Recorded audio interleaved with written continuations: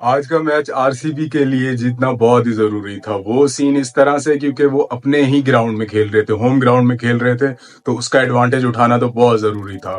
और जिस तरह से खोली खोली के नारे लग रहे थे, तो ऑब्वियस सी बात है उनकी टीम का एक कॉन्फिडेंस तो ऑटोमेटिकली नेक्स्ट लेवल पे चला गया होगा। मैच शुरू होता है भाई, पंजाब आती है पहले बैटिंग करने, किंग्स 11 पंजाब। शेखर धवन साहब आते हैं, बैटिंग करते हैं, छोटे से कैमियो खेलते हैं, 45 रन उनके थे, बाकी कोई 30 बनाता है, कोई 20 बनाता है, ऐसे करते कराते वही 174 75 तक पहुंचते हैं। फिर आते हैं भाई आरसीबी वाले। अब ओपन में जाहिर सी बात है विराट कोहली आते हैं बैटिंग करने। अब पहले ही बात तो मुझे ये समझ नहीं आई इनकी किंग्स 11 पंजाब की, इन्होंने पहले सैम करन को पहला ओवर क्यों दिया जब आपके पास रबाडा जैसा बॉलर मौजूद है। अर्शदीप भी नए बॉल के साथ अच्छी बॉलिंग कर लेता है, मानता हूँ आखिर में, तो आखिरी ओवर उसको दिया मतलब अपोजिशन जीत गई, ये तो कंफर्म है। वो बेचारे ने कभी आखिरी ओवर बचाया ही नहीं है, तो आप उससे पहले तो डलवाओ। आपने सैम करन को दिया, ठीक है उसने एक मौका बनाया, कैच छूटा, बेस्टो ने कैच छोड़ा और चौका हो गया, लेकिन कोहली भाई ने ना उसको बड़े प्यार से यूं मक्खन लगा के ना एक ओवर में 4 चौके मार दिए। तो गेम तो उनके हाथ से वहीं से वो डावाडोल हो गए कि भाई अब हमारे लिए थोड़ी सी मुश्किलें बढ़ने वाली हैं।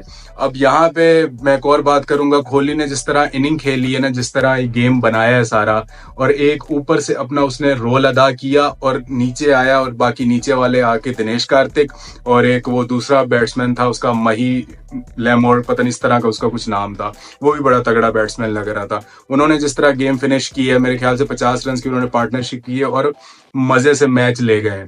अब थोड़ी सी बात कोहली की मैं करूंगा यार, देखो अब इस चीज को समझना, सही से सुनना, ऐसे नहीं कि आवा दावा कर दो। अब सीन ये है कि कोहली ऊपर से आया, उसने एक आपको इनिंग बिल्ड करके दी है।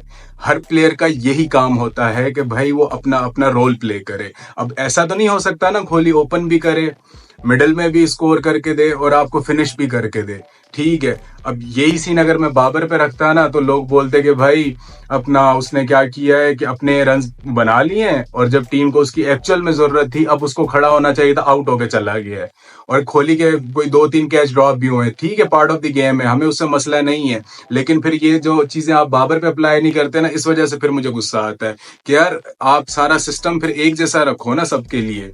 वो ऐसा तो नहीं करेगा कि ओपन भी करेगा, मिडिल में भी और फिनिश भी करे, इस तरह वो तीनों चीजें चारों चीजें सारी नहीं कर सकता। लेकिन हाँ, इस चीज में मैं मानता हूँ कोहली का जो फिटनेस लेवल है ना, वो बहुत नेक्स्ट है। मतलब बाबर उसके पास नहीं है, क्योंकि मैं कहता हूँ वो भागता भी है सारा ग्राउंड में, बॉलर से ज्यादा विकेट लेने की खुशी उसको होती है।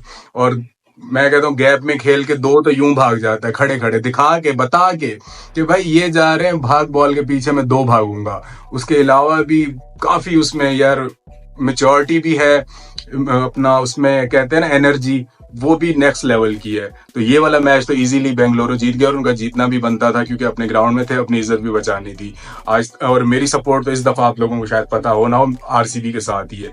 तो देखते हैं नेक्स्ट मैचेस में क्या होता है। इस दफा लग रहा है कोहली अपने वापस टच में आ गया है, देखते हैं अब अगले मैचेस में क्या होता है।